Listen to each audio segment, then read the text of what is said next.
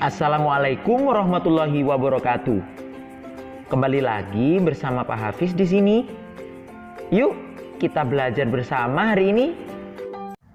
Belajar bahasa Indonesia. Materinya adalah mengenal teks wawancara. Anak-anak, apakah sudah siap mendengarkan video berikut ini? Mengenal teks wawancara. Pernahkah kamu melihat kegiatan wawancara?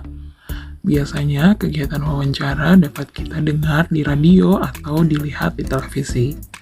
Wawancara adalah kegiatan tanya jawab antara penanya dan narasumber mengenai suatu hal. Narasumber adalah orang yang memberi keterangan atau informasi. Dalam wawancara terdapat tema yang beragam. Tema wawancara adalah pokok pikiran atau pokok pembicaraan dari wawancara tersebut. Misalnya, tema tentang pekerjaan, sumber energi, kegemaran, pendidikan, kesehatan, dan lain-lain. Ciri-ciri wawancara adalah, yang pertama, ada pewawancara dan narasumber. Yang kedua, dilakukan secara bertatap muka. Yang ketiga, dilakukan untuk mengumpulkan fakta dan data. Hal-hal yang perlu diperhatikan saat membaca teks wawancara: intonasi, tinggi rendahnya suara, lafal, ucapan suara, atau bunyi. Nah, anak-anak, bagaimana sih caranya kita membuat pertanyaan wawancara yang baik? Siap, anak-anak dengarkan penjelasan dari membuat pertanyaan wawancara yang baik. Dalam sebuah wawancara yang baik, penanya akan memberikan beberapa pertanyaan seputar tema wawancara. Pewawancara akan menggunakan kata tanya dalam wawancara tersebut. Bagaimana penggunaan kata tanya? Perhatikan contoh berikut ini ya. Yang pertama, apa? Biasanya digunakan untuk menanyakan hal atau peristiwa yang terjadi. Contoh, apa pengertian hemat air? Yang kedua, di mana? Digunakan untuk menanyakan tempat atau lokasi terjadinya suatu peristiwa.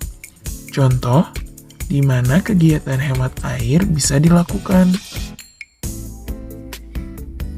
Yang ketiga, kapan?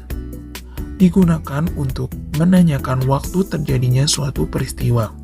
Contoh, kapan kita harus menghemat air? Yang keempat, siapa? Digunakan untuk menanyakan orang atau subjek yang terlibat dalam suatu peristiwa.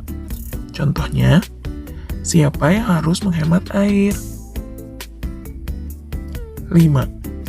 Mengapa? Digunakan untuk menanyakan penyebab atau alasan terjadinya suatu peristiwa. Contohnya, mengapa menghemat air itu penting? 6. Bagaimana? Digunakan untuk menanyakan cara atau keadaan suatu peristiwa dapat terjadi. Contohnya, bagaimana cara menghemat air? Ketujuh, berapa? Digunakan untuk menanyakan banyak atau jumlah. Contohnya, berapa total penggunaan listrik di rumah Bapak? Kata tanya digunakan dalam kalimat tanya. Jika diucapkan secara lisan, kalimat tanya diucapkan dengan nada intonasi naik. Jika ditulis, kalimat tanya diakhiri tanda tanya di akhir kalimat. Perhatikan contoh wawancara berikut ini. Selamat pagi Bu, Assalamualaikum. Selamat pagi, Waalaikumsalam. Ada yang bisa Ibu bantu, Nak? Bolehkah saya mewawancarai Ibu sebentar? Tentu saja, Nak, boleh. Saya ingin bertanya tentang kegiatan hemat air, Bu. Ya, silakan. Apa yang dimaksud dengan hemat air? Hemat air merupakan sikap tidak boros dalam menggunakan air. Kita sebagai manusia harus tetap hemat dalam menggunakan air. Oh begitu ya Bu. Mengapa kita harus hemat air, Bu? Air merupakan salah satu sumber energi. Apabila kita terus-menerus menggunakan sumber energi tersebut, maka air ini akan habis dan nanti kita akan merasakan kekeringan dan tidak dapat menggunakan air. Oh begitu, lalu bagaimana cara kita menghemat air Bu? Ada beberapa cara untuk menghemat air. Yang pertama, gunakan air seperlunya saat mandi dan mencuci. Yang kedua, simpanlah air di tempat penampungan agar kita tidak terus membuka keran air. Oh begitu, lalu di mana saja kita bisa menghemat air? Kita bisa melakukan kegiatan hemat air mulai dari rumah, sekolah, dan tempat-tempat lainnya. Oh begitu Bu, sekarang saya sudah memahami tentang kegiatan hemat air. Terima kasih kepada Ibu karena sudah mau bersedia diwawancarai oleh saya. Ya Nah, sama-sama. Semoga informasinya bermanfaat ya. Terima kasih Ibu. Sama-sama. Setelah anak-anak menyimak wawancara yang Ibu Dwi dan Ibu Risa praktekkan, sekarang giliran anak-anak membuat teks wawancara. Nah, ingat ya, ada beberapa hal yang perlu kalian perhatikan untuk membuat teks wawancara. Baik, bagaimana anak-anak sudah paham ya mengenai teks wawancara? Sip! Baik anak-anak, kita bertemu lagi di video selanjutnya ya. Assalamualaikum warahmatullahi wabarakatuh.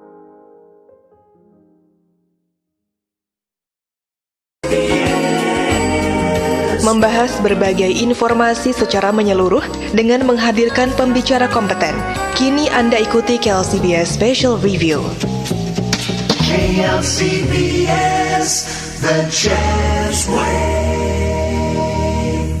Salam bersama Priyas Kawibawati. Kini Anda ikuti KLCBS Special Review bersama Sekolah Biang Lala. Sekolah Biang Lala, sekolah senyaman rumah dengan beragam kegiatan yang atraktif dan menyenangkan, serta memperhatikan pula kecerdasan menjemuk anak, unggul dalam art, music, sport, and good ethic. Kita akan membahas tentang profil dari Sekolah Biang Lala dan juga event yang ini rutin diadakan ya, Angklung, Festival Angklung yang rutin diselenggarakan oleh Sekolah Biang Lala, yaitu Festival Angklung, dan juga ada acara pentas akhir tahun di Sekolah Biang Lala. Dan untuk membahasnya kita akan berbincang-bincang dengan Ibu Dina Lediana SPD dan Ibu Dwi Retnasari SPD. Talkshow ini bisa Anda dengarkan melalui streaming www.klcbs.net atau bisa melalui app KLCBS. Juga saat ini bisa Anda saksikan langsung melalui YouTube. Caranya ketik KLCBS, klik Live Now. Dan kalau seperti disebutkan di awal, Sekolah Biang Lala akan menyelenggarakan Festival Angklung ya. Bisa ceritakan mengenai event Festival Angklung ini? Silakan.